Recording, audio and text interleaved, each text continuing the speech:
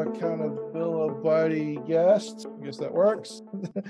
My name is John, and this week I am joined by Dan, Duncan, Jack, and Lucas. And tonight we've got an interesting show planned for everybody. We're going to talk a little bit about accounting and how that's important to keeping up with timelines. We're going to talk about how you can be a little cheapskate and do some extra hobby by saving some cash. And we're going to talk about the Dark Angel fluff to get us back on topic with all the legions and going through everything. But to get us kicked off, I definitely want to make sure that we start off with hobby progress. So this week, I really had a lot of actual work to do and didn't get a bunch of time to work on terrain. So I was only able to get all of the orc buildings primed in metal. I tried contrasting one building and the contrast really wasn't sticking. It was kind of running all over the place. So then I sealed everything so that I could contrast a little better. And then I got all the contrast applied for the spot colors I want. Right now they're looking a little garish. So I'm hoping after this podcast to be able to seal them so that I can move on to starting the oil weathering and pulling everything together. But yeah, right now everything is contrasted up. It's going to get dulled down a little bit more as we move forward. And while we're podcasting tonight, I'm going to be painting the spot colors on the tables and a couple of bulbs and things like that. Really minor stuff that just kind of I like to pick out for me. Purchase wise, somebody on eBay was nice enough to list a bunch of old epic stuff that I've been kind of keeping an eye on. I've been wanting a Hellbore and a Termite Brigade and a Mole, and I picked up one of each of those so I can have a representation of the Ordinatus that I'm building for my Mechanicum slowly but surely. And then I ordered some extra Mechanicum parts to do a full unit of conversion beamer myrmidons on a hill. So I can say I don't like looking at that thing over there and it disappears in a very bright flash of light. And pretty much been it for me, guys. I'm going to go ahead and pass it on to Dan. Good evening. So, hobby has been slow for me, although I do feel like I'm making progress. So I mentioned last podcast that I've kind of put a pause on my army and I'm working on my Golden Demon dual entry, which is going to be Lork versus Lorgar. And so one of the things is Lorgar is a pretty damn static posed model. So I have spent a lot of the week when I've been hobbying, I'm trying to pose and maneuver and trim and make him look like he's actually fighting somebody. So making good progress on that. It's interesting trying to pose two models against each other, right? So normally you're building a model and you're posing a model and you want a model to look cool. But since I want these two models to look like they're fighting, I kind of have to pose them together. So it's something I've not really done before. So it's a new challenge. It's kind of been fun, but basically I'm building them at the same time. So when they get put together, it's going to look like it's a battle scene, right? And so been working on that. Of course, I've been struggling with every time I try and trim something on Lorgar, another bit breaks off his mace. So that's always fun. But yeah, that's kind of what I'm working on. A lot of that, a lot of planning on colors and looking at diorama pieces and how folks are doing colors. So it may sound like there's not a lot of progress, and probably in the grand scheme of things there aren't, but really is taking up a lot of my time. I'm really excited to get this to the point where the two models are primed and start painting them. Purchases I had ordered, so the local Games Workshop store, one of them was going through their 5-year anniversary, so they have, I forget his name, but they have a new Inquisitor model. Inquisitor Bob. Mr. McBookstabby. So after I painted up Eisenhorn, I wanted to get that model, so that actually came in this week, so I got to go pick that up, and I got that, and I think that's about it for my hobby this week. So with that, we'll move on to Jack. What you been working on, Jack? Howdy, gentle viewers. I hope you all are doing well tonight. Work is, like I said, last time I was on here, been kicking my butt. Not sure if that part was lost to the warp or not. But I've been slowly working on doing a Robuto Guilliman pre-war and post-war. I've been working on the posing of both of those models. Working on Locataris currently right now. I painted the 3 little pigs on pumpkin media for the boy for school. Haven't really bought anything. Also been slowly working on a paint scheme for Custodes whenever we get that. So not a lot of work, but life is always in the way. So, dang life. So the pre-war, post-war reboot day, what is this tale? What you got going on there? I hadn't heard about this. I somehow ended up with 2 of them. By somehow I mean I bought 2 of them because I'm an idiot. When I redid my Ultramarines, I wanted to redo Reboot. So I bought a new one thinking that I'll just leave the old one alone because I was afraid I couldn't get them apart. He came apart in subsections a lot easier than what I gave him credit for. So then I kind of ended up with a extra one lying around. So I was like, well, no harm, no foul at this point. Let's cut them up, and I'll do like a beginning of the Heresy one and the end of the Heresy one. So I repositioned some arms, some of the cauldron in the leather tassels, fringe. Not sure what you call that. Turges. Sure. That seems like a word that makes sense. Took out the scabbard in his fist, which I was never a fan of. So, working on rebuilding that a little bit with green stuff, which isn't my strong suit. So it's just challenging me to do something that I haven't done before. So do you have different paint schemes in mind as well, or is this just going to be one of them posed like normal and one of them posed differently? One is going to be a pristine paint scheme. The one that I haven't, the pre-war one, because that's probably going to go in the display box and go like on my desk at work or someplace like that. And then the other one, the end of the war one, is going to be super weathered, dinged up. I'm actually going to take a Dremel and hacksaws to the armor and carve it up so it looks really beat down. Okay, that sounds pretty cool. Well, it sounds like when it comes to reposing, you use our later segment. Yep. So I'm going to kick it off to Duncan, who is, I don't know, building 30 or 40 or 75 of one type of guy. So I think that most of us can all agree that none of us really like the idea of a Fury of the Ancients list. And none of us are really big fans of facing that mass nonsense on a table. So I have been theory crafting lists for the past week, trying to find something that is what I personally consider an adequate and not 100% broken counter to a Fury of the Ancients. Something I feel will be fun to play. Something that, while a hard counter to Fury of the Ancients, is also something that people would not, with something that's not Fury of the Ancients, would not have a problem playing against because it's not inherently broken. It's just hey, welcome to Heresy. We don't like you doing this. Have this instead. So just 3 units of last cannons? No, not. There's no last. Well, okay, there are a lot of last cannons. There's in fact 5. There's 15 twin link last cannon. But it's World Eaters, and for this list, I need to acquire 5 Land Raiders, but I also need to acquire approximately 50 Rampagers with Phalanx blades. So this week, I've scoured my bits piles and my bits boxes, and I've gone through stuff that I've traded with other people and back and forth and acquired through means nefarious and also not nefarious. And I have built up 30 Rampagers with Phalanx blades. And that's what I've spent time building. And I haven't painted a single one of them, but they're all sitting here and they all have the really happy and fun World Eater bunny ears heads. They all have Phalanx blades. They all have Mark II armor. There's a mishmash of arms. Sorry, Mark III armor. But they all have the Mark III legs, various plastic and resin.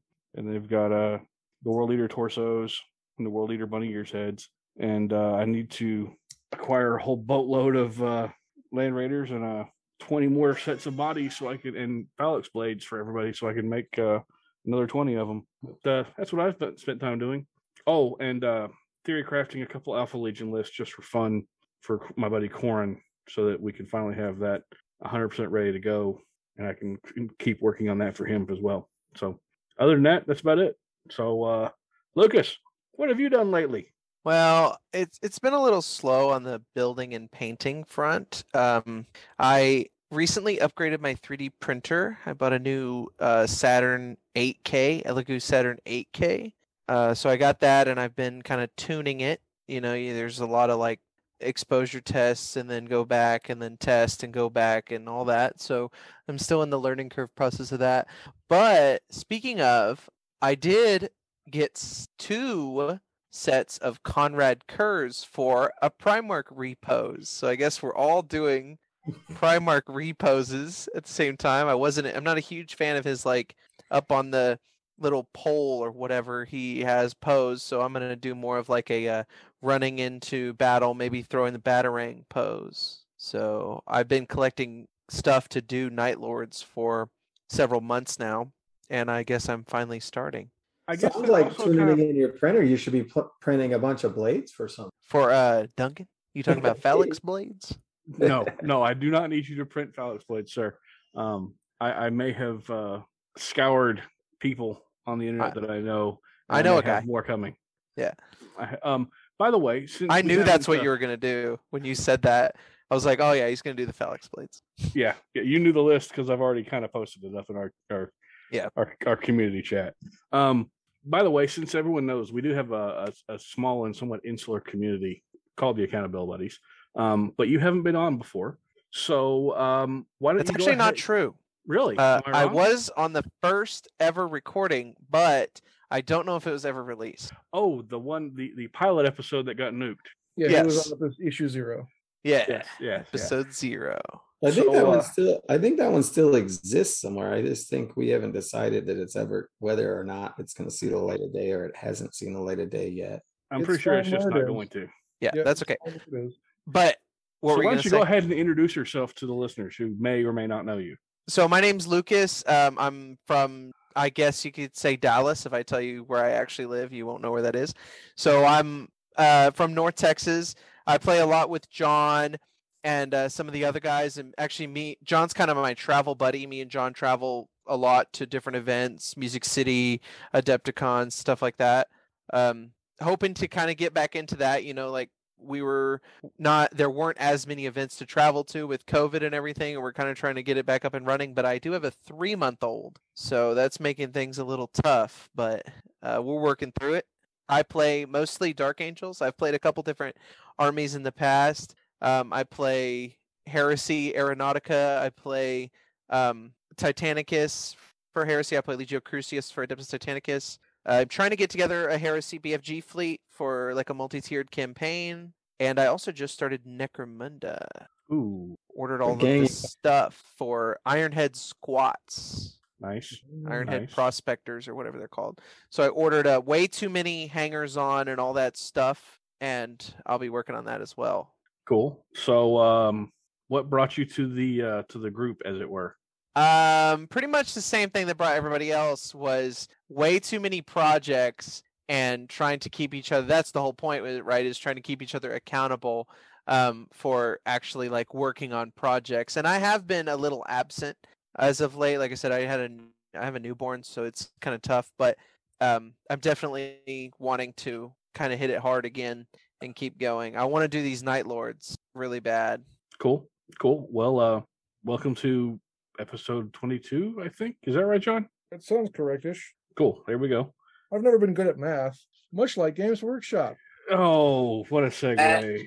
That is correct. We are 22. So yeah, we had a jar where we put money in, and every time we talked about needing an FAQ, we used that monkey's paw, and everything a bit cursed that came out of it. But now, we're using Games Workshop's own timeline. We're looking at the current date being the last full week in October, and next week is the last weekend in October. We've already got Jack, you okay? Sorry. No problem. So next week being the last weekend in October, but we've got the what's coming next weekend, and all we're really seeing for Heresy is some Forge World upgrade kits and the extra Predator sprue. So where the hell is our Liber Imperium book? Well, hold on. You said extra Predator sprue, but actually it's just a whole new kit, no upgrade sprue available. Right. Sorry. So that's a problem as well. But yeah, hopefully they'll fix that like they did with everything else. Yeah, and I fully expect them to. But they did the Titanicus. I kind of expect them to. Yeah, I will say that the Liber Imperium or whatever it's going to be called is, from what I've seen online, is the only one of these that so far has not been leaked out anywhere by any of the various playtesters. Which makes me really confident when it does release that it's going to be spot on, perfect. Yes, exactly that. For a while. Yeah, that's what I'm actually worried about, is that not that it's going to be spot on perfect as Dan believes, but spot on delayed by like 3 months because reasons. Did they actually promise it in October? Yep. Is that like verbatim what they said? Or were they just like, coming soon? They posted a timeline that says this is this month, this is that month. There's a screenshot of a timeline, and I have it in my phone, and I posted because I didn't remember for sure. And it definitely said that it was going to be October. Yeah. And I will admit that we do have one more week of October left, at least as of the date we're recording this on October the 23rd of 22. Yeah, so if they put it up for pre-order, let's say the 29th, they say next weekend will be, they could say that it's coming up for pre-order the 5th of November, but that still means the book isn't out in October. Right. It's out in the middle of November. Yeah. They didn't say. They did the exact same thing with Orc stuff in 2019. They said they were going to be Orcs in October, and they released it like the 31st of October saying, here's the pre-order coming soon. And that was the release. So there's precedence for this moving forward. Wasn't the Mechanicum book the day of the second day of the month after? Or maybe it was a PDF. I'm thinking of a PDF maybe. They said they like promised it in a certain month and it was actually like the first or second of the next month. Yeah, they're really not good at actually hitting goals or the British calendar is different. What? July 4th is missing. It's just like all the soccer matches schedules are screwed up because of the Queen passing. So because the Queen passed away, there's 2 extra weeks in October. And so they will totally take that excuse if you let them. You know what? Let's. I mean, we're still letting them or not letting them. I mean, they're going to do whatever the heck they're going to do, one way or the other. Hold on. Let's all take a moment to mourn the passing of the Queen. Freddie Mercury, rest in peace. So now that we've got that out of the way, for the horns. So now we've got that out of the way. I'm really not surprised by it being delayed. I'm also not sad. No, me neither. A little bit longer of not having to play against Custodians. Yep. But it's also a little bit while longer people can't play with their, in Imperial Army or Solar Auxiliary, whatever. Okay. Being all correct over there and stuff. Let's put it this way. We kept saying, give us a timeline, give us a timeline, give us a timeline. They gave us a freaking timeline, and then they can't follow a timeline. I don't care if you want to play Custodes or not play Custodes. If you've got a timeline and you're not going to meet the timeline, last Thursday should have been, okay, here's what's going on with the book, right?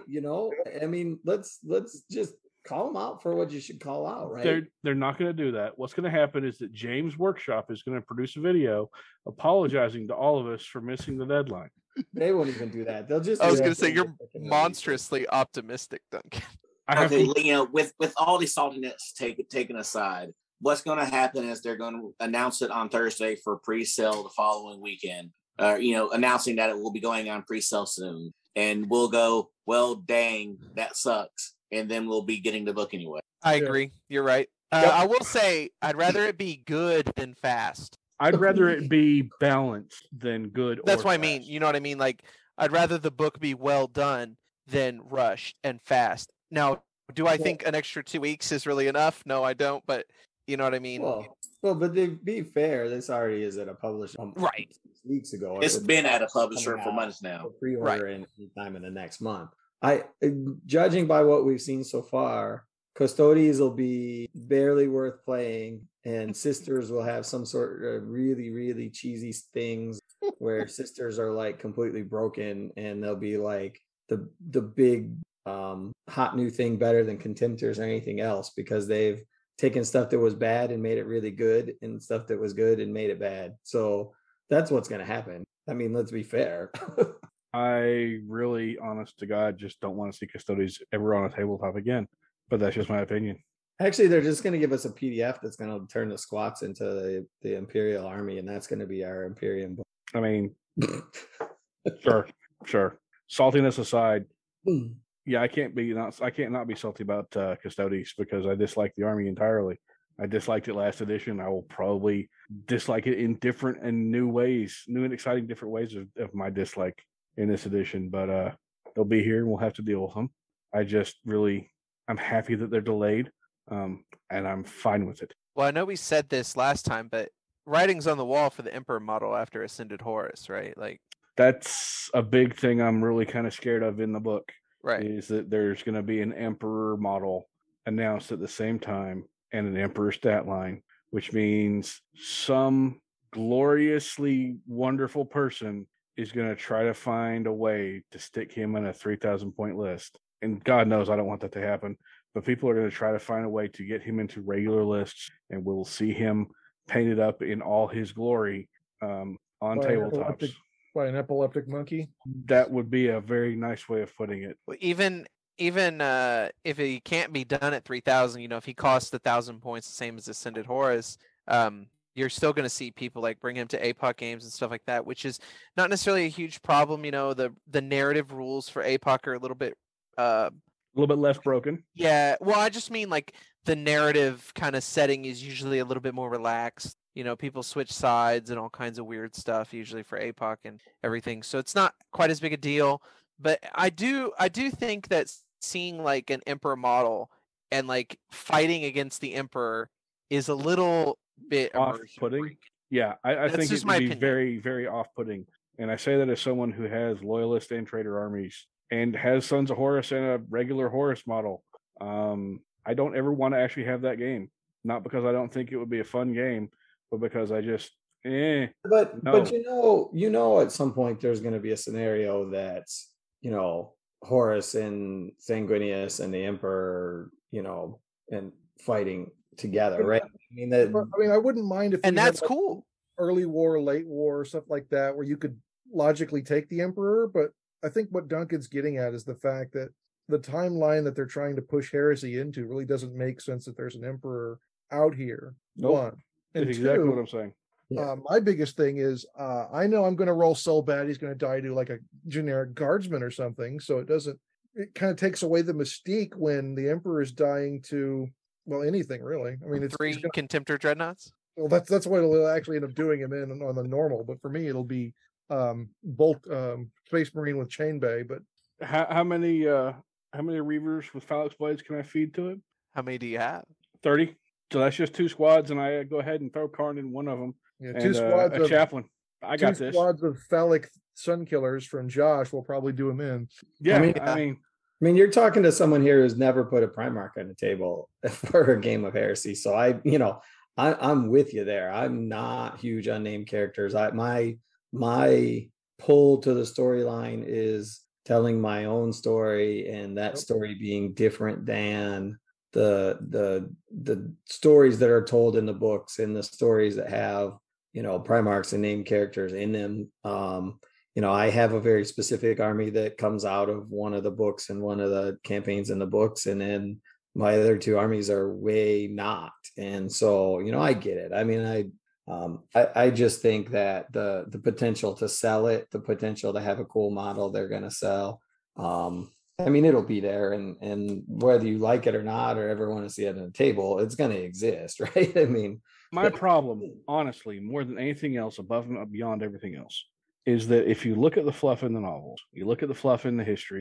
you look at the fluff in the books before, he had what is, in essence, an ever-changing visage. You never knew quite what he looked like because you never saw the same thing. Everyone always saw something different. Well, yeah, this will just be you looking at it. I mean, if you want to take it to the fluff point of view, it'll be you looking at the Emperor that time. That's what that model.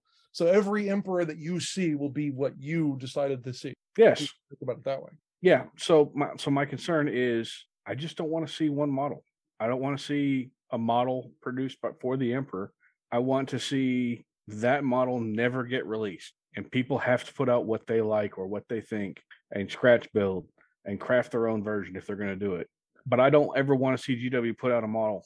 I really don't, because I want everyone's to be different. That's a fair point. That'd be kind of cool. It means that I'm going to get a 7-inch tall Stay Puft Marshmallow Man, and I'm going to put that guy on the field and slap a sword on him and be like, here you go, folks. I'm going to get Better fight He-Man. I'm going to get the Angron Demon Prince model, and I'm going to put Rabute's head on it, and that's going to be my Emperor model. As someone that's got like that's how I see the Emperor. Third-party emperors, as well as some that are a little taller than others. I understand that, and my armies are really kind of like Dan said. My interpretations of the field. I like the characters and the story, and I realize that no matter how well I roll, I'm never gonna save Calth or anything else that goes against the fluff. So I really try not to put my guys as those guys in the fluff. So I get it, but at the same time, I kind of want to have the model to paint and have fun with. I'll probably push myself as hard as I can to paint an Emperor. I mean, my favorite bit of lore about the Emperor is the short story, and Duncan probably will remember the name of it, where he goes into the church that's the last church on Terra. What's it exactly? The last church is. And he comes in and he basically looks like the dude from Diablo 2 in the cloak that just like you fight and goes away, and then turns up to be in Diablo 3 that's just like some dude in a cloak hiding his face when he comes in and just talks to that priest for the whole night. And so, as far as an Emperor model, I just think some freaking random monk model would be the coolest model, because I thought that was, I just love that story as far as it goes. But, everybody has their own opinion on what, they want to see. So. And there's a bunch of different depictions of him in artwork. Oh, yeah. We've seen. Yeah, we have. Probably, I think 4 or 5 different artist depictions of him that I can think of off the top of my head. All of them slightly different. Right. Isn't the latest one, he's like the size of Godzilla? Yeah. That was why I was sitting there going, I'll throw down a 7-inch tall Stay Puft Marshmallow Man or an old He-Man action figure. What's the guy that does the art for the covers of the novels? John something? John Blanche? No, not anymore. There's one guy who does all of the Horus Heresy novel covers, right? Yeah. Well, not John Reynolds. Something, but yeah, you're right. That guy, yeah, his scale has gotten a little bit off over the years. Yep. He's had to do like more and more and more and more, and I think I like him most of his artwork. I'm not really complaining about it. I'm just saying that. Yeah. So I don't know. This kind of goes into what some of our complaints are about the heresy in general, is that it kind of feels like either GW is trying to bite off more than they can chew, or they're rushing this to try to take in as much money as they can while really not giving it the amount of investment that it should pertain.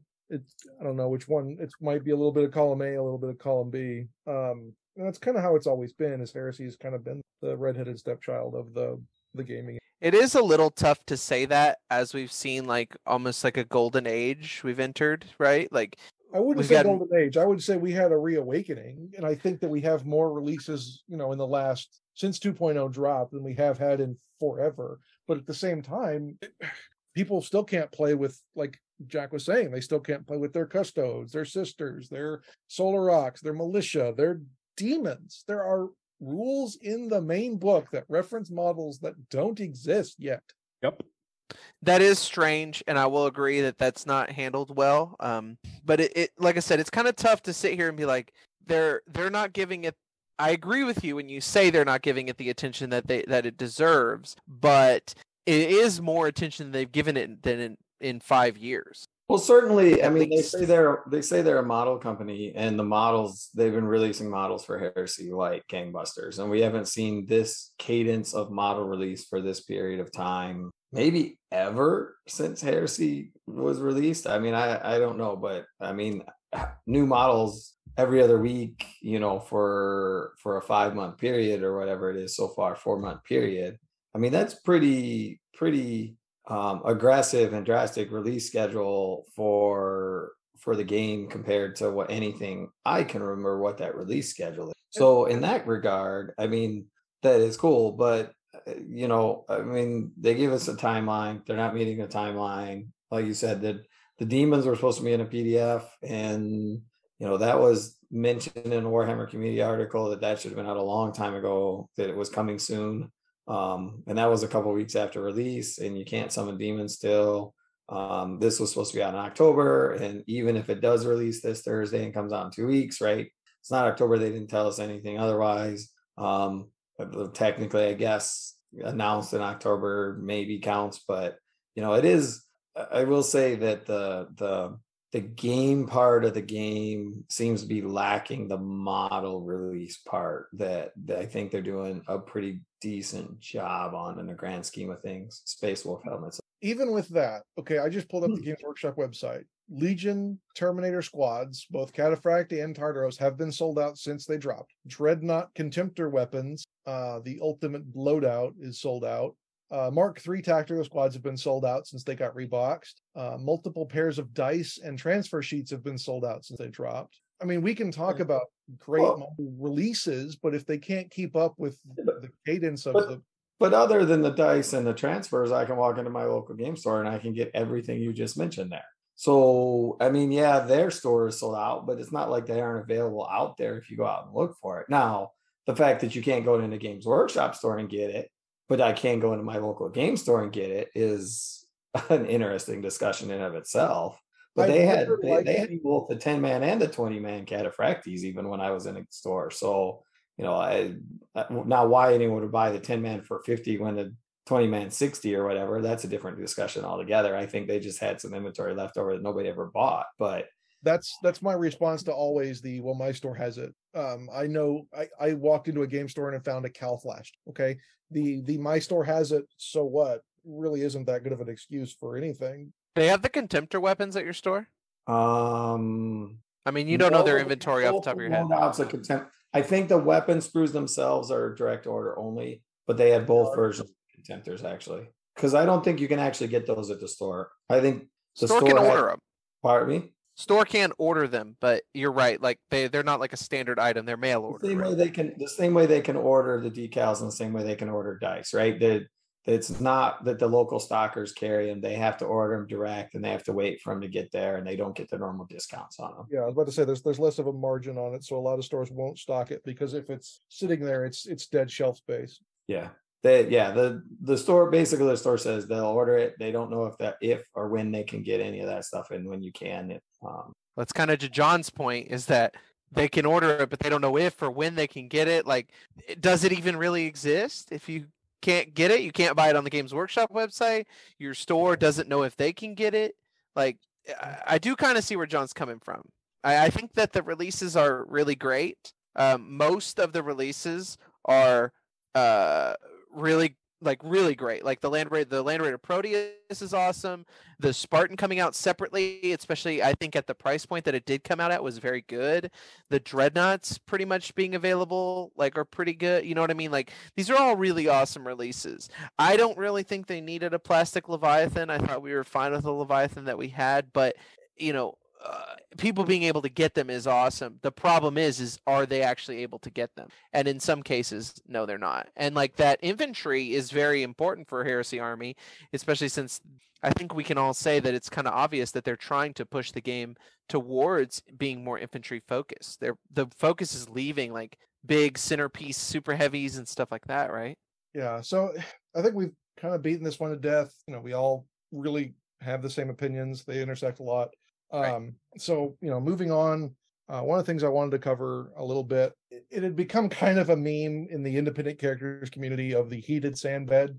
When that was first brought up, I'm a tool whore.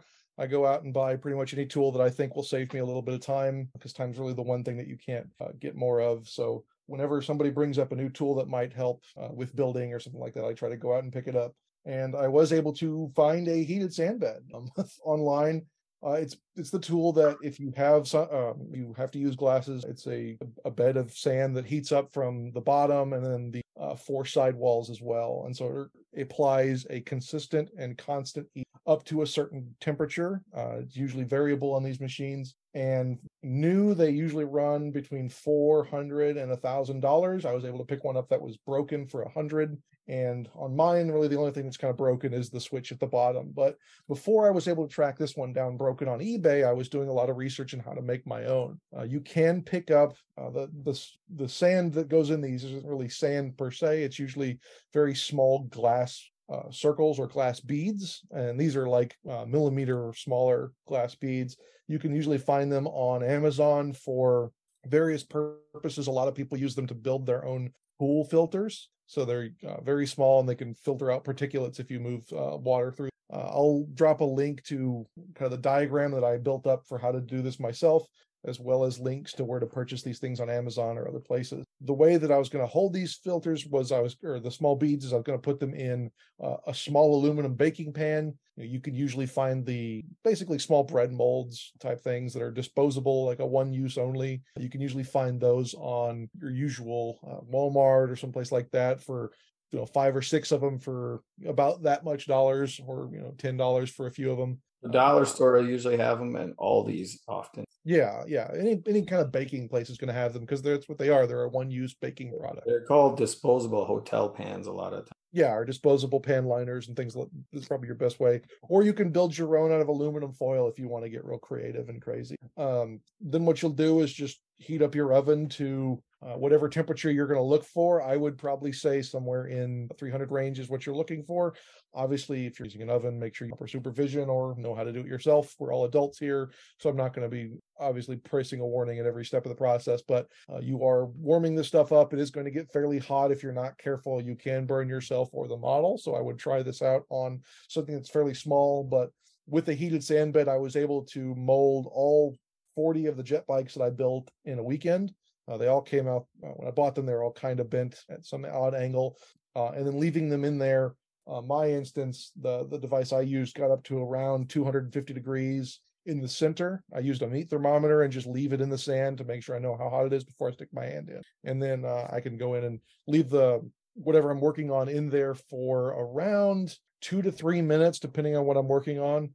If it's plastic, sometimes it has a tendency to burn. It's not going to really melt, but it just discolors and kind of looks a little funky. One thing you do have to be careful of, though, is if you're getting up into the 250 plus range, or whatever you're using touches the sides, it will eventually melt. So what I usually try to do is make sure you have enough sand in the center of whatever you're working on to make sure that you can leave the device, whatever you're working on, in there. Even if you're working on something that's too big for your area, you can usually just leave it sit out the top and just work on one piece at a time. So let's say I'm working on a Xiphon wing.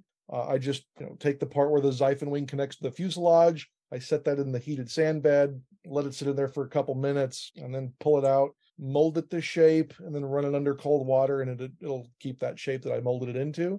And then obviously don't put it back into the heated sand, even if you need to remold it, until it's completely dry. Otherwise, all those beads will stick to it really well. But yeah, so what you want is that disposable liner. You fill it with the glass beads. You stick it in the oven on top of a cookie tray for I would say 20-30 minutes. Keep your heat or meat thermometer in there so you know what the center temperature is looking like. You want that center temperature to be around 200 degrees, and then set your object in there for a couple minutes. Pull it out. Use a brush to brush off all the beads, and then mold it to shape. Run it under some cold water, and you're good to go. So it's an easy way to run through shaping resin and shaping other items that you need to work on without having to run a heat gun. Heat guns have a problem, is they only apply heat from a single direction. So if you're working on something that's fairly large, you could end up with just a single spot of heat. And so you end up working on it for a longer amount of time, or in some instances, you can actually melt a hole through the object like you just shot it with a real life melt-a-gun. So some things to think about. What do y'all use for heating, and what do you think of the heated sand bed? I know it was a meme in the beginning, but it's actually a pretty handy tool. I have a hair dryer over there that my wife got from Walmart a number of years ago. Lieutenant Dan, you ain't got no hair. Yeah, I know. It's one my wife got that she used for years, and that she no longer uses because she got a better hair dryer. I use that, and I have a couple glasses or cups that I will fill with water or what have you, and nuke over in my microwave for exactly 2 minutes that retain heat really poorly, but well enough that it doesn't burn me to carry it back to the table where I work at. And I will hold stuff in there with these long ass tweezers I have, and I will sit there and hold stuff under that water, and then hit it with the hair dryer to make it even hotter, and then move it, reposition it, and then dunk it into another one of these that I have that is full of cold water, and it works. I don't really use the sand bed thing or anything like that, because most of the time when I'm doing it on a small scale. Now, if I'm having to rebend like giant barrels for a fell blade, which I've had to do, I've used a larger piece of Tupperware. I just filled that with water and then nuked it for longer, and then held it under the hot water for longer and pulled it out with a pair of pliers or wrenches or whatever I need to pick it up with, depending on how hot it is. I guess I'm kind of lucky that I haven't had to go en masse fixing larger pieces. So that's what I use. So I'm a tool guy. Heat gun. Yeah, I was gonna say I haven't gone as far as the sand bed, but I did go out and I bought a heat gun, adjustable heat, adjustable fan heat gun.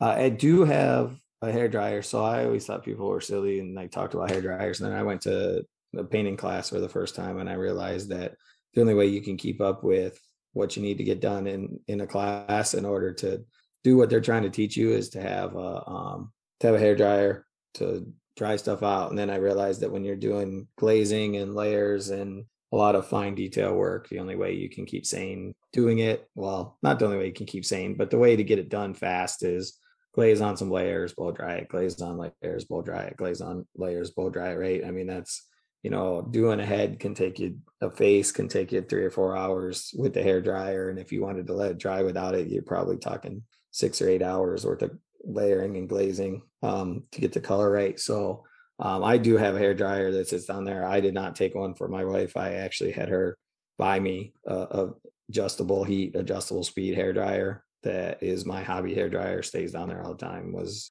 bought just for that purpose. But I also have the heat gun. The interesting thing with heat gun too is it comes with different nozzles, so you can narrow down. So if you want, I think it'll get down to like 1/4 inch maybe in the nozzle. And so if you want to focus on what you're heating to a very specific small area of a model, you can focus it down, or you can leave it open, which is going to spray or blow air like the whole size of a regular hair dryer.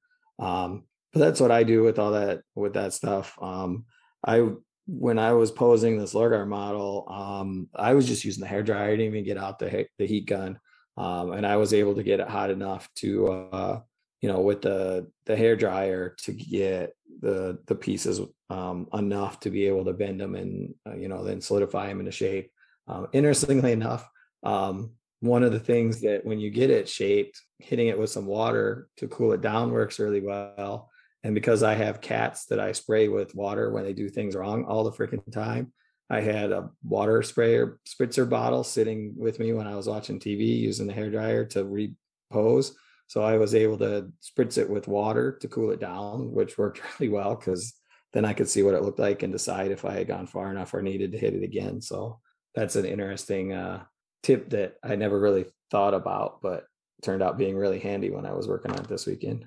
Yeah, I've got a hair dryer on a activation pedal, my spray booth, so that I can do quick layers of filters like that are super thin that take forever to dry when it comes to that type of stuff. Hold down the cold button and the foot press every now. Yep, that's what I've got. I've actually got on mine, I have a little piece of Velcro wrapped around the cold button, and then it's in like a microphone stand. Yep.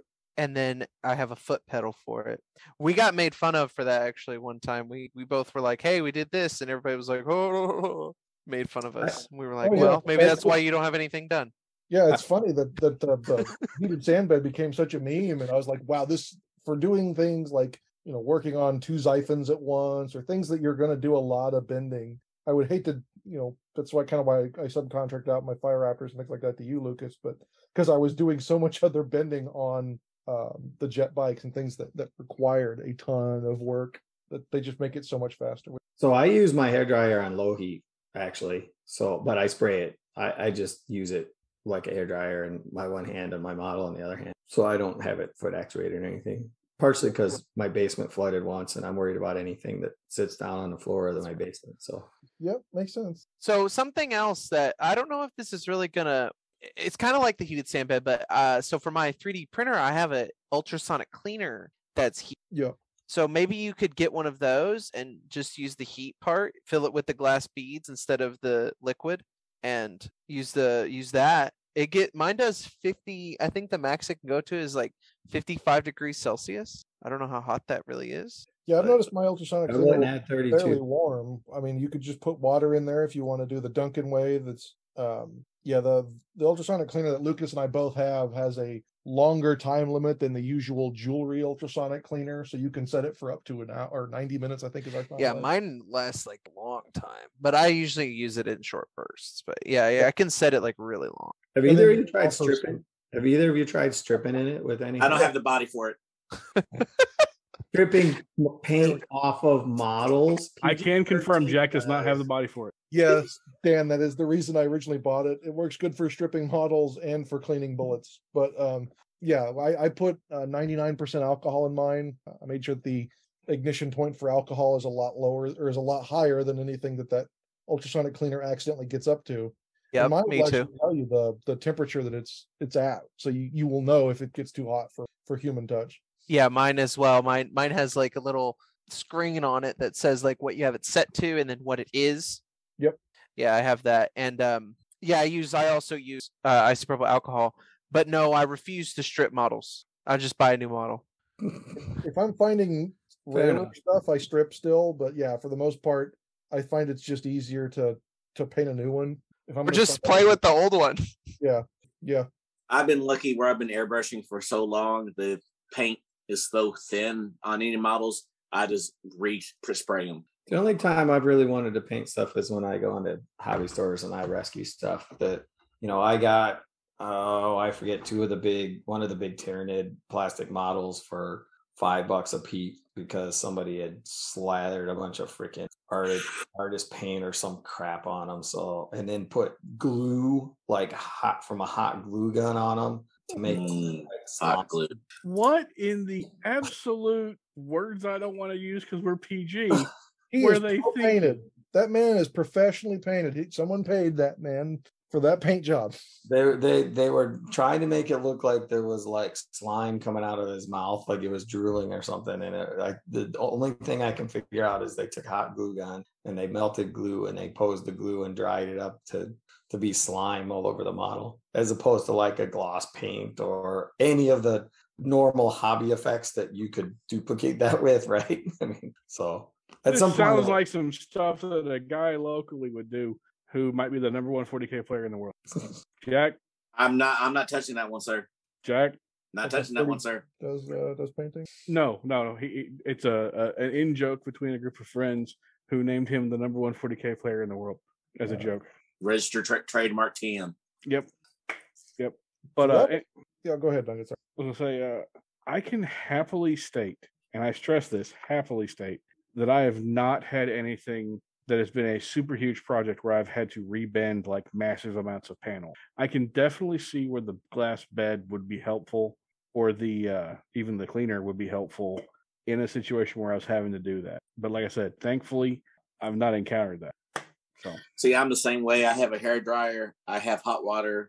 And that's just what I do with it. That being said, if I was doing a lot of modeling with resin, glass bed sounds exactly how I would go. 100%. I will say that building the Fire Raptor, it was really nice having the heat gun, because basically I started in the front and I made all the box fit right. And then I would go down to the next section, heat it all up and make it fit right and glue it. And then move down to the next section and heat it up and make it fit right and glue it. And it was nice because I had the little cone down and I was able to just heat up section by section of the fuselage, and it fit fairly well together. And it was really handy doing that. And I know a lot of people have had really horror stories building the Fire Raptor, and it was slow. I literally putting the fuselage together was like a week-long process, because I literally would work, a couple inches at a time, and then glue it and rubber band it and let it sit, and then heat it up and do the next section and glue it and rubber band it and let it sit. But I was able to work through it pretty comfortably, if not slowly, using that method. And I thought the heat gun was invaluable for that.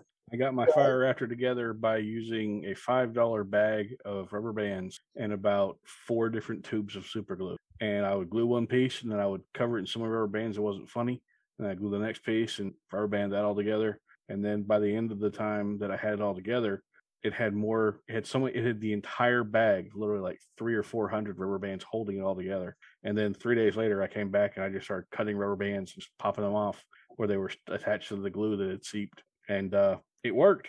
Yeah, I still use the heat gun on occasion. When I was doing the Frontieris recast terrain, the top of the landing pad was so big, it's literally 3 times the size of the sand bed that I have. So I couldn't really, but the side pieces I could stick in the sand bed and work on. So, I'll still break out the heat gun for certain projects that require either A, more heat, or B, directed heat, or something that's a lot bigger. So, it depends on what tool you have, depends on what job you can do. So it's just a different way of looking at things. So yeah, if you're doing a lot of reposing, so if you wanted to work on an all Forge World army, no plastic army, and you needed to repose them, I would probably go with a heat bed. But yeah, if you're doing a single model or something, it's not probably worth your investment. But doing the cheapo method with the disposable pan liner and then a cookie sheet and sand it yourself, do it fairly cheaply. I've also seen people use the glass beads when they're making their own rivets. So they'll drill in half the depth of the glass bead and then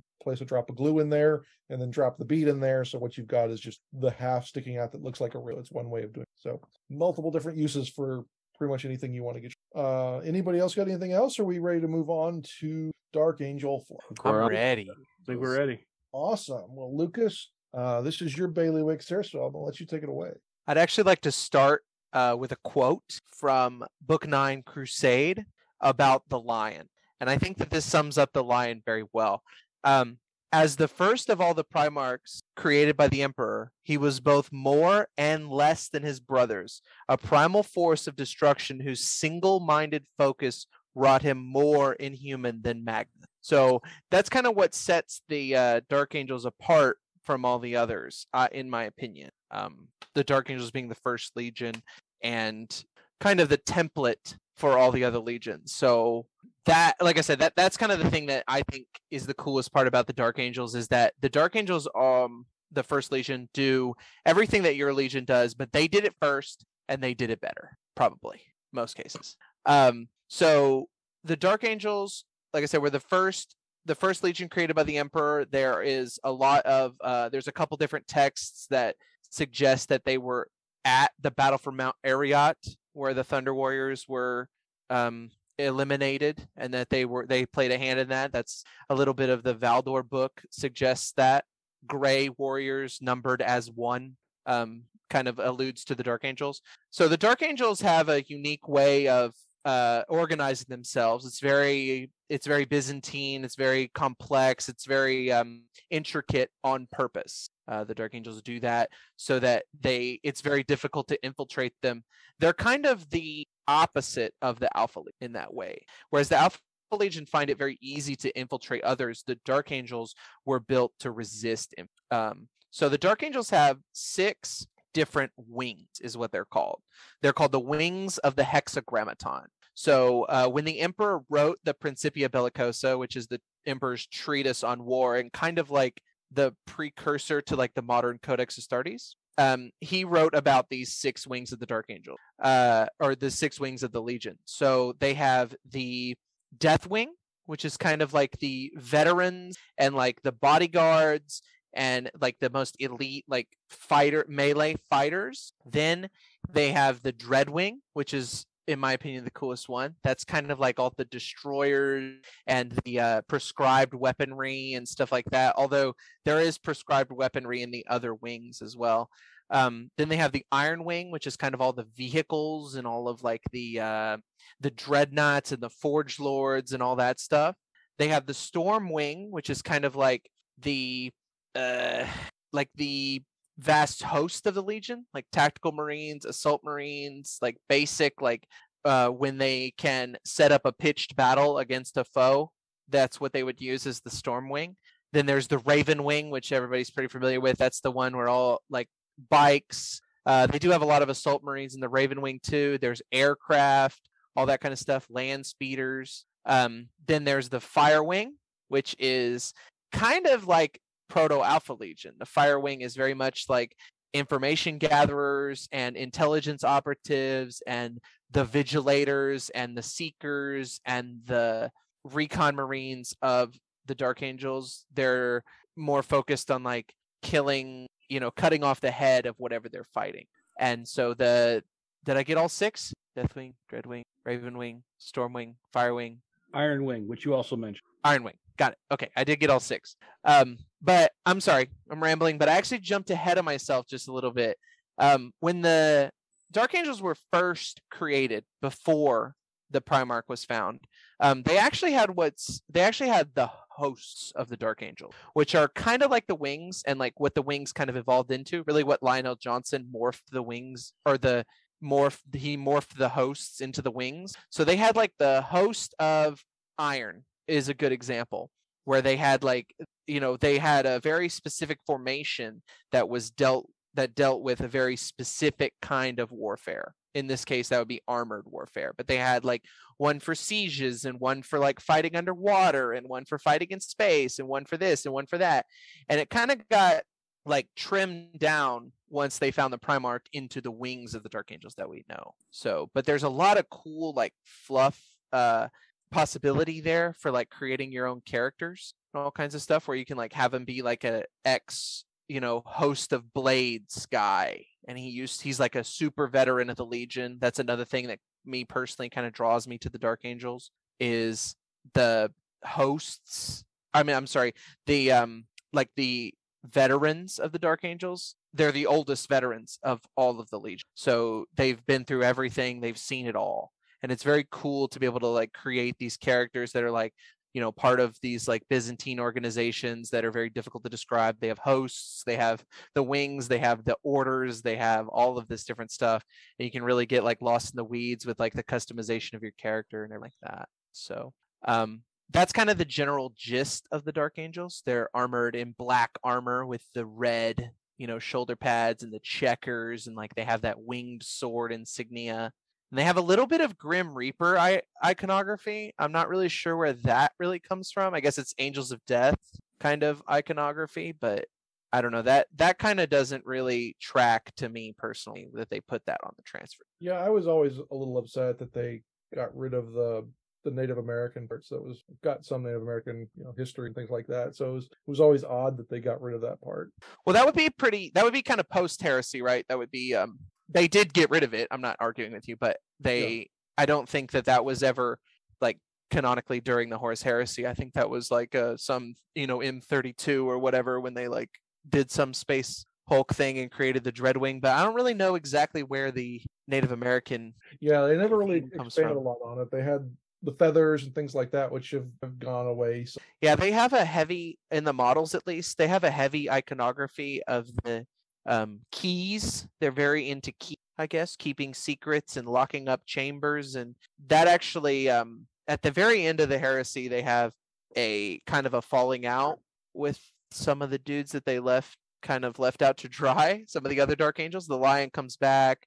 We could talk about Luther in a minute, but they have a heavy icon. Like later on, they have this thing called the Fallen, where all of the Dark Angels that kind of turned from like the main group of the Dark Angels that stayed loyal and fought at the Siege of Terra and all that. The guys that kind of turned traitor, they're not really traitors. They're really just kind of separatists. They are called the Fallen later, and I think that's where the Keith comes from, is like locking up the Fallen. And they have like this big spaceship called the Rock, which is actually part of their planet that gets blown up and all that. Do we want to go over that story at the end? Because it's really not heresy. So trying to keep more to the books and so far. We can go over the novels.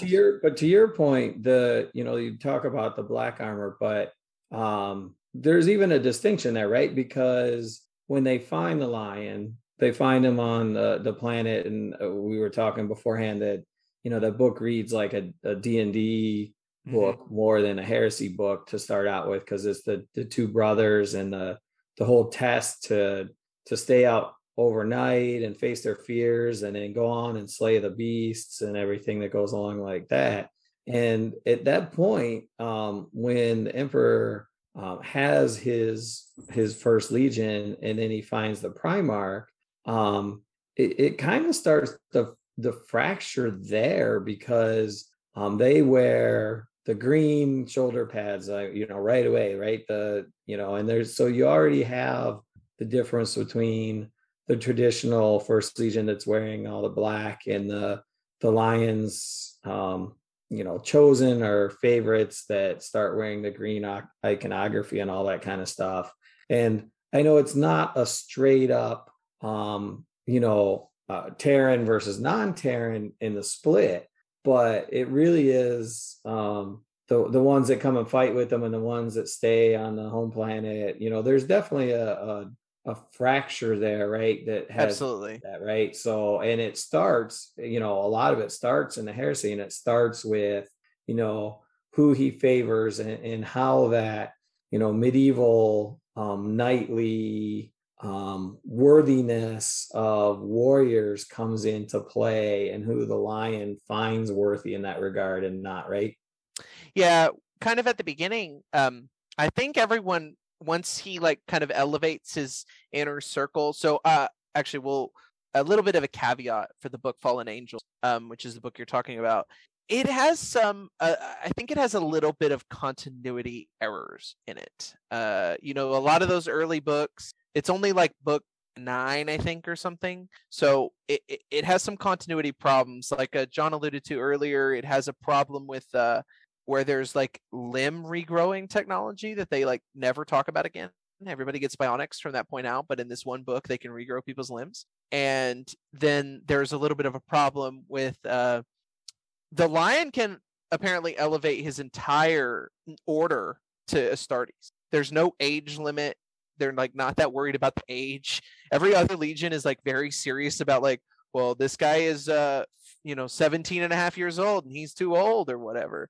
Pretty much everyone the Lion has can be upgraded to an Astartes. Astellan is very clearly, yes, Astellan is very clearly an adult in the book, and he becomes an Astartes. Luther becomes, I think actually Luther is a half Astartes, what's his name, Wordbearer's guy, and some of Russ's guys are half Astartes. I think Luther gets that treatment, but I think that's only because it had already been written down that was how it was. This was pre-established fluff before they started, fleshing it out in the novel. Yeah.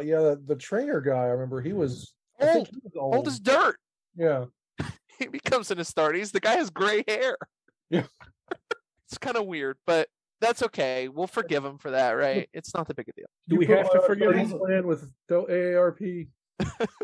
I don't really want to forgive him. I mean, okay, we don't have incongruities. I just kind of want to. We don't have to. They're also rolling around in chimeras all the time, and they are. Chimeras don't exist, so they're very clear about calling them chimeras, right? And then they've made they apparently have some insane horses that Space Marines can ride in the book. Look, we all saw the GW model that's coming out for the Attilan Rough Riders. I'm just assuming they're those. That's it. They got to be triple that size. But anyways, it doesn't matter. I'm not really here to bag on the book, because I actually rather enjoyed it. It's a little bit of a break from the Horus Heresy, the first books. Maybe this is why some people don't like it, is because it's ultimately unimportant. So I said before we start recording, and I'll say it again, I struggled to physically read the book. I had read up to all of the novels, and when I got to that one, I tried 2 or 3 different times, and I'd take a break and I'd go back to it. And then I picked up a bunch of audiobooks, and I was driving to work and I would listen to them, driving to work and back home. And that, once I was able to listen to it on an audiobook, it completely changed, and I was able to get all the way through it, and I enjoyed it a lot more. So I don't know why that is exactly, but for me, it was a much better and different experience listening to it than it was trying to read it. Yeah, it was definitely a slog. I think the biggest complaints were these were the first 2 books. First, they didn't come out together, even though they were directed sequels to each other. They came out years apart. Yeah, and it was the first books that really applied the brakes to moving forward. Up until that point, every book had been like, bam, bam, bam, we're moving on terror, we're doing stuff. And, we now think of, oh, wow, books aren't moving forward. That was not the norm back then. Those first 8 books were like, constantly moving towards Istvan 3 and Istvan 5. And now we're pushing to Terra, the 8-year push, and all that was going. And then all of a sudden, slam on your brakes. Let's dial it back 800 years and let's see what's catching up with old Steve on the farm. It's like when your favorite TV show goes into the whole flashback backstory episode after are halfway through the first season or something, right? Yeah, it felt more like a clip show that they used to do with those old TV shows. So I actually got the title wrong. It's actually Descent of Angels is the first one. Yeah. Then Fallen Angels. And then I think the next one isn't till Angels of Caliban. Yep. So I started reading late enough that I read all 3 of those in order. Boom, boom, boom. I made a lot more sense. So I'm looking for a reading order just to if you come in now, I would definitely recommend the 2 Descent of Angels and the other one. For sure. Fallen Angels. Closer together. Well, so from what I'm looking at as far as the reading order goes, Descent of Angels follows Fulgrim immediately. Like that's the next book is Fulgrim. I'm sorry, Fulgrim and then Descent of Angels. So the first 5 are like very much like exact sequels of each other. Yeah. Like, oh, here's what happens. Well, Fulgrim kind of goes back to the Fall of the Emperor's Children a little bit, but they're all kind of tied together. Yeah, it's still kept moving forward. And then you have Descent of Angels, which is like a very much a departure from that and goes and talks about a legion that really doesn't join the Horus Heresy till much later, right? So it's kind of like, what are they doing? And then the next book is Legion, which I think is one of the best. I rank that in like the top 5. I really like Legion, but it has the same feel. They don't join the Horus Heresy. Well, I guess they're at Istvan, but it's the same kind of thing where it's like this completely removes us from the events of the Horus Heresy. Legion is probably, jumping gears, but Legion is probably the most polar of all the heresy books, I think, right? I would agree. There's some stinkers and there's some really good ones, and then Legion is the one that I think people either really like or really don't like, and it kind of it's really split opinions on that one compared to most other Horus Heresy books, and probably the same reason. Yeah, it could very well be. Yeah. I think so. There's also a little bit of Dan Abnett's problematic writing of women in that book, so some people don't like that. Yeah. But then the next book is another banger, Battle for the Abyss, everybody's favorite book. Maybe it gets a little bit. Maybe this book gets a little bit of a rough kind of outlook because it kind of comes out in a trilogy of books that are, like you said, kind of very polarizing. I don't think Battle for the Abyss is very polarizing. I think pretty much everyone agrees it's the worst. But I don't think I read Battle for the Abyss. You're not. Please don't. You're not missing anything. It's a terrible book written before most of the actual heresy era fluff was established, so things are bad. Some good parts. I'm not going to. It actually came out in 2008, so it was not part of the original. There have been releasing Horus Heresy novels for 2 years at that. But I get what you're saying. It does have a lot of continuity problems. Yeah, Mark 6 armor for one, if I remember correctly. No butcher's nails in a World Eater. Yep. Just a bunch of stuff like that. Yeah, it does have problems. But anyways, we're not here to talk about the rest of the novels. We're here to talk about Dark Angel, the most important legion. So back to the book. So what? Yeah, you're exactly right. So the Lion, we'll go over kind of their timeline, right? So the first legion kind of leave Terra, and they fight wars. They fight in the end of the Unification Wars. They fight in the first wars in the Soul System.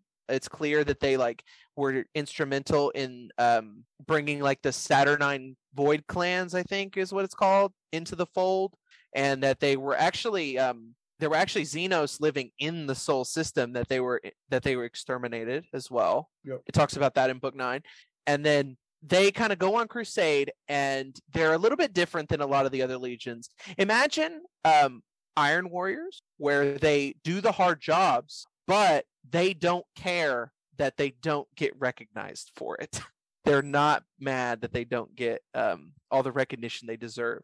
They actually prefer it that way. They don't really like big parades and a lot of fanfare. They would rather just do the dirty work and keep doing the dirty work. Look, they're allowed to get salty. They got used and abused, just like a redheaded stepchild. twice. Yeah. Yeah.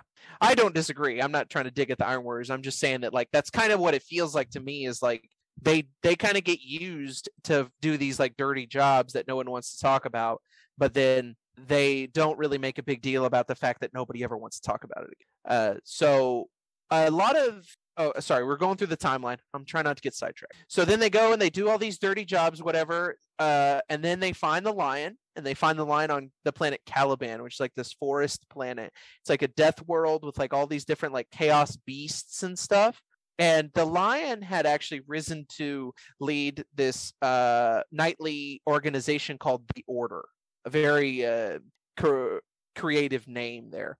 And the Order had led this crusade, very similar to the Emperor's Great Crusade, to rid Caliban of the horrors of Old Night, which are demons. We kind of now understand, right? Now that we have all the context, we can understand that those are actually like possessed creatures. So the lion is pretty much successful in this endeavor. He's like basically banded all the nightly orders of Caliban together under his one banner, and then gone on this crusade and eliminated all the beasts or whatever. And there's some really interesting play with this like other order that doesn't like that. They're like kind of opposed to that idea, and they like want to keep the beasts as pets or some weird stuff. But there's actually some really cool play there, because that order has like the forbidden texts, right? So that order has like the, not like how to summon a demon in so many words, but like the lion orders that library destroyed, but obviously they don't destroy it. Probably the lion only wanted you to think he wanted it destroyed. He actually kept it. And we didn't really, I'm sorry, I missed something. We didn't really talk about Luther. Luther is the Kelbor Hall of the Dark Angels. He's the guy who found the lion and then was kind of his buddy the whole time. But he kind of has a little bit of a weird relationship with the lion, where he likes the lion, but he loves the lion even, but he doesn't, he like thinks like almost like I should have killed him when I found him, because if I never found him, that would be right. I would be the guy in charge. And we know that's really probably not true, but that's what he thinks. And that's kind of chaos in his head, right? Like kind of telling him that, setting him up for this fall at the very end. The story of the Dark Angels very much mimics the story of the Emperor and Horus in the Great Crusade. So the lion leaves, goes on the crusade, takes all of his like way too old Astartes with him, and takes Luther with him. And then there's a part in the book where like they go to this planet, and the guy, they're like welcomed by these people, to be, they're gonna bring them to compliance or whatever, and they're welcomed by these people, and then the people are actually like, no, we're gonna blow you up with a nuclear bomb. And Luther and actually the kid from the book that Dan was talking about, the one that had to sit outside the fortress all night to prove how tough of a dude he was, actually find the bomb in the hangar bay or whatever, and Luther hesitates to tell the lion. And somehow the lion figures that out, or like knows about it. He finds that out, and the lion sends Luther back to Caliban to oversee the recruitment of the new Dark Angel. Why you would send a guy you don't trust to go and recruit a bunch of men to then come and help you, I'm not really sure. That doesn't really quite make sense to me. But I think it's, if you read between the lines, it's a little bit of like the Luther sees a slight in this action, but I don't know if the lion actually ever meant to like punish him. Like the lion doesn't come out and say like, hey, your punishment is to go back to Caliban and have to oversee all the recruits or whatever. We only see that from Zahariel's actually the guy's name, the kid. We actually only see that from his perspective, and he's kind of a Lutherite. So you could see where like Luther kind of thinks that the lion is punishing him, but the lion may just be telling him to go oversee this important duty that he doesn't want, right? But chaos is kind of in Luther's head, kind of telling him, hey, he's messing with you, right? And so that kind of sets up the later fall of the Dark Angels. But after that, the Dark Angels really don't do anything noteworthy until the Horus Heresy. There's some cool like exemplary battles and stuff like that, but we don't have to go over all that. They don't really do anything until the Horus Heresy, and then they're actually one of the legions that Horus sends to the very far corners of the galaxy, so that when the Horus Heresy kicks off, the Dark Angels are not ready to come and ruin his day. Because of all the legions available, as much as people like to kind of rag on the Dark Angels are probably one of the most capable of ruining someone's day. They have all this insane like archaeotech. They actually have Silicate Animus, which is an AI, a robot that they keep in the bowels of their ship. They have more than one of them, but they're kind of the last, kind of like the big red button, right, in the president's office. That's the Dark Angels, is like they have all the stuff in case it hits the fan, and they're ready to come and, like I said, ruin somebody's day. So he sends the Dark Angels very far away, gone forever. And then the Dark Angels hear about the Horus Heresy, and the Lion is like, "Oh, you done messed up, Ron." And he comes back, and he fights the Night Lords for 3 years for some reason, and then meets up with Rabute Guilliman and Sanguinius in the Imperium Secundus arc. Funny story, the Lion actually has a demon on board his ship, which he uses to get around. The demon's very good at navigating the warp, apparently. And so that's how he gets around. And he goes to Imperium Secundus, and that's kind of picks up with the storylines that we all already pretty much know about. One where he like brings Conrad Kurz to Imperium Secundus. Guilliman doesn't really know about that. And he's like, Conrad Kurz actually was in jail upon the Lion's ship, but Conrad Kurz, if anybody can break out of jail, it's Conrad Kurz, right? He's the murder Batman. And so he breaks out of jail, and he's like running amok on the Invincible Reason is the name of the ship. And then the Lion goes to meet with Guilliman, and Conrad Kurz is like, "What does this button do?" And he pushes the button. Turns out the button is like, "Yo, this is the button for drop pod assault." And he drop pod assaults the Ultramarines' homeworld. And Guilliman already kind of doesn't trust him, and they got to kind of have a come together moment before Guilliman doesn't obliterate his entire legion. Well, the reason the button was even funny is that Lion didn't trust Guilliman enough, and he had his legion prepped to drop. Right. And well, you kind of have to. You can't really blame him, and I don't blame. Nobody can blame Guilliman for like being like, "Hey, I'm gonna blow all your dudes up." Everybody understands that's kind of what you have to do during the Horus Heresy, especially like that time when Guilliman has no news about anything. You kind of got to be ready for it. So both of them do. So, and then actually at the end of the Imperium Secundus storyline, all three of the Primarchs and their legions set out for Terra once they realize that they really have messed up and that there actually is the Emperor still alive. They're trying to make it to Terra, and the Dark Angels kind of go a roundabout way and start just blowing up the traitor homeworlds. That doesn't quite make sense to me. I don't really know why that was important when the war is on Terra, not on Barbarous or on Chemos or whatever. And but some Dark Angels do make it to Terra in time. I won't spoil too much for the Siege of Terra. I think those books have been out for very long, but Corswain brings some Dark Angels to Terra in time. So I think I have a small answer for why they were blowing up the various traitor homeworlds that were not already destroyed because of stupidity. And that is because they were still being used as recruiting grounds and had all that added stuff there. Right. It makes sense, but it's kind of like if we can't get to Terra and win the war now, all of that isn't going to matter. So it kind of feels a little bit like, what are you doing, dude? You need to be there. Yeah, it seems like he was wasting his time. Right. Kind of sitting there going, right. Who's going to win, Dad or Brother Bob?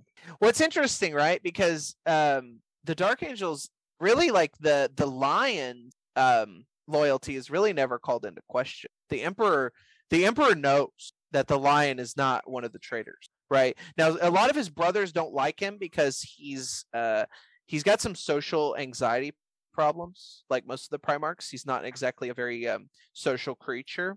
Remember his inhuman focus. And so they don't really like him, so they're not really sure about him, but it's really not a question of, is he going to be a traitor? Now, some of his dudes don't get the same treatment. It's interesting.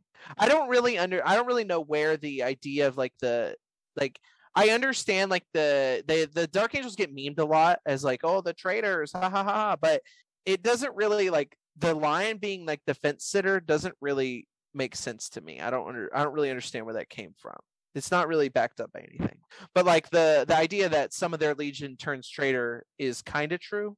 I guess Luther does have like a conversation with Typhon, and they are kind of buddies. Well, some of the Lutherites, and this is more in the 40K novels, see that the Lion not going straight to Terra and taking that time to blow up logistics centers as trying to figure out whose side he could eventually be on. But it's very obvious that he's blowing up the traitor planets. So, like, could he really come to them and be like, hey, yo, what's up, guys? Well, he could have said, like, oh, I got there just as everyone else was murdered. I don't know what happened. I guess. But it kind of, I don't want to harp too much on this, but it kind of goes back to the fact that like the Ruinstorm novel just doesn't make any sense, really.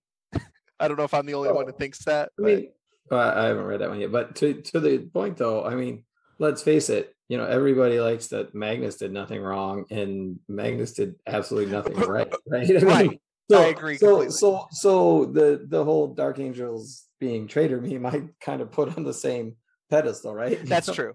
It doesn't have to be true or have any kind of like factual backing to be a meme. To be funny, yeah. Yeah, that's true. That's true. Does anybody have any questions about the Dark Angels fluff or the Dark Angels kind of organization? We didn't really talk about the orders. There isn't a lot of information to really talk about, but that's kind of an interesting structure that no other legion has, is the orders. So my question about that, I guess, is there more to the lore fluff side of the 6 different orders more than they're just picked to do the different types of battle, or is that purely all the other splits between the legions and having different opinions how to do things or being left behind and going with the lion, that's completely separate from that, right? So it's just purely they're split up that way to do war differently, and that's that. Well, so there's wings and then there's orders, right? So you're talking about the wings. So the wings, there's actually some contradicting fluff, surprisingly, I know, about the wings, but the way that I kind of like to interpret it, and I like to understand it, and this is backed up by novels and backed up by some Black Book fluff, is that they basically, whenever they come into a situation, they will like enact the Raven Wing protocol, right? And there might be like Raven Wing dudes in a tactical squad. Like the whole squad doesn't have to be a Raven Wing, or doesn't have to all be Raven Wing. Like your brother Bethor, your plasma gun guy could be a Raven Wing guy, and he could be an expert in the Raven Wing. And when the Lion or whoever's in charge says, hey, we need the Raven Wing protocol, that guy actually becomes in charge of the squad, the Raven Wing guy. And they're like, okay, we're going to follow what he has to say. He's an expert in the insane Raven Wing way of warfare, right? So it does say in Black Book 9 that over half of the Astartes in the Dark Angels are part of a wing, but you don't have to be part of a wing. So I guess the answer is no. Like they do have like regular formations that are like not part of a wing, but you don't really see those played on the tabletop because the wings are really cool and all of the rights of war correspond to a specific. So I don't really think you see a lot of like no wing army. Okay. Although we'll get to the gaming segment, I think playing with no overarching wing is actually the strongest way to play Dark Angel. So I think that's does that answer your question? I guess so. So the orders, where do the orders come in? Right? So you can also, not only can you be a part of a wing and everyone knows about that, you can also be part of a secret order. Each member of the Dark Angels can be part of a super secret order. And an order is like a group of individuals that are buddies that also know about a specific thing.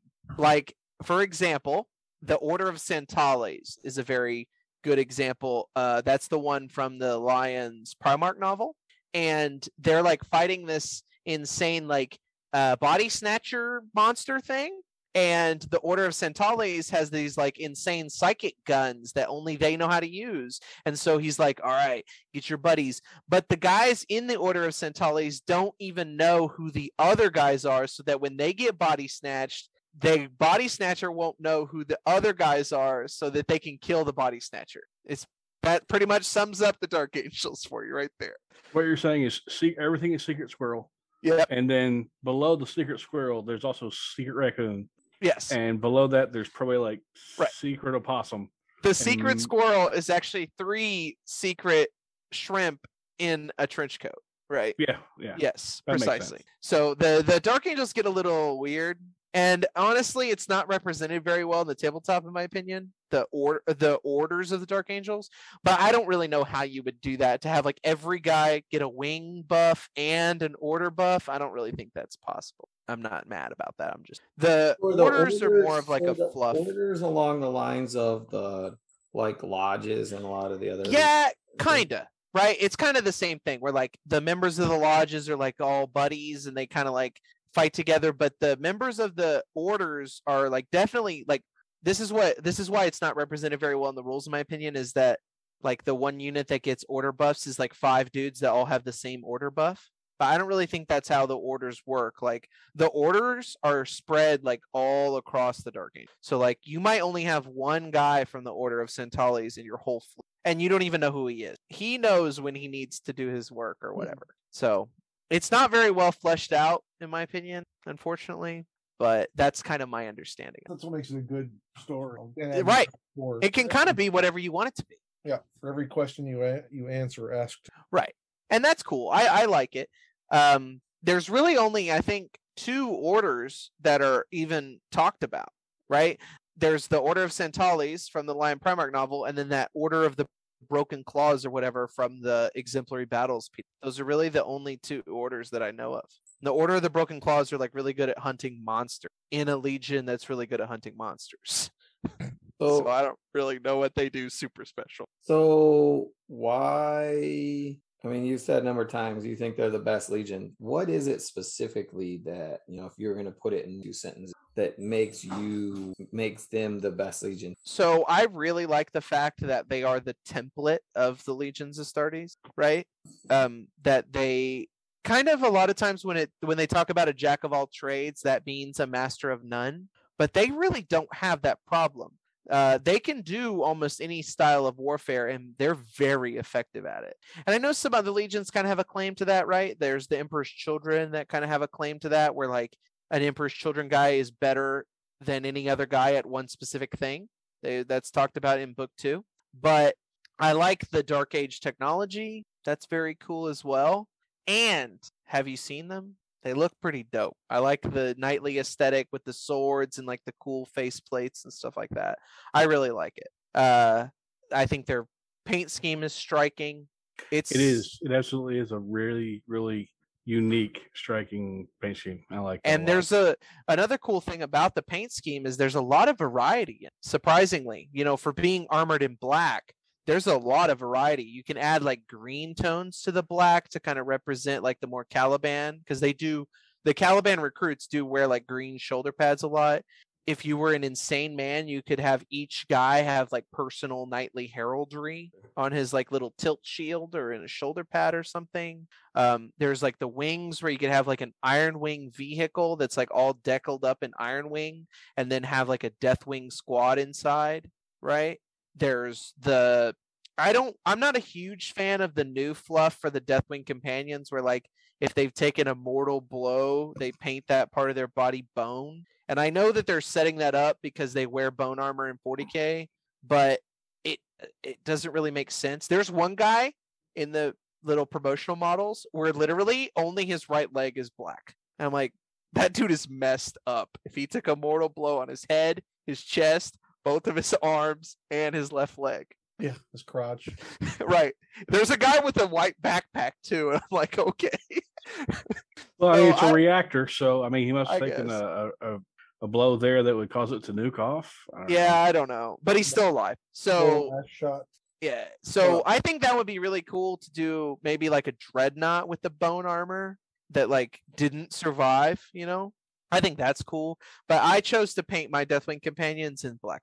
I didn't do. So there's actually, like I said, there's a lot of, and you can do the checkerboards. There's pictures of that in bone and in red. So you could do the checkerboards in either one. There's actually some really old pictures of the Dark Angels with like a blue and yellow heraldry. Like the shoulder pad is like a blue and yellow with the decal on it. So there's a lot of variation. So my introduction, we probably talked about this before, to the whole 40K Games Workshop was Space Hulk. And so I was always at the Deathwing, because there was the Deathwing Terminators, and so it came in the whole Deathwing expansions for that game. And so that was always the classic Deathwing was, my one of my introductions and one of my favorite things in the old school stuff. So there's certainly a lot of Rogue Trader era, Space Hulk era, imagery and heraldry and stuff that went along with that. Although as we talked about a little bit, some of that was the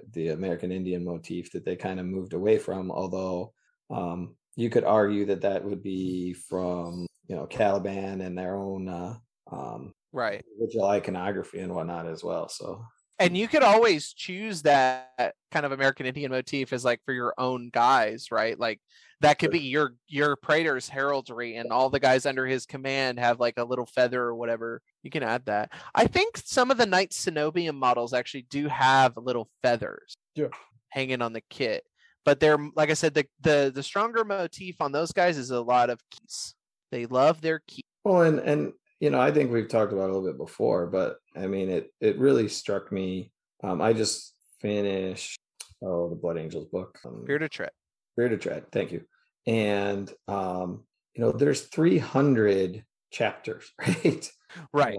So there's no way that every 300 chapter, and Blood Angels weren't by far the biggest legion, right? Ultramarines were the biggest legion. I think there's even debate about that, but yeah, I agree with what you're saying.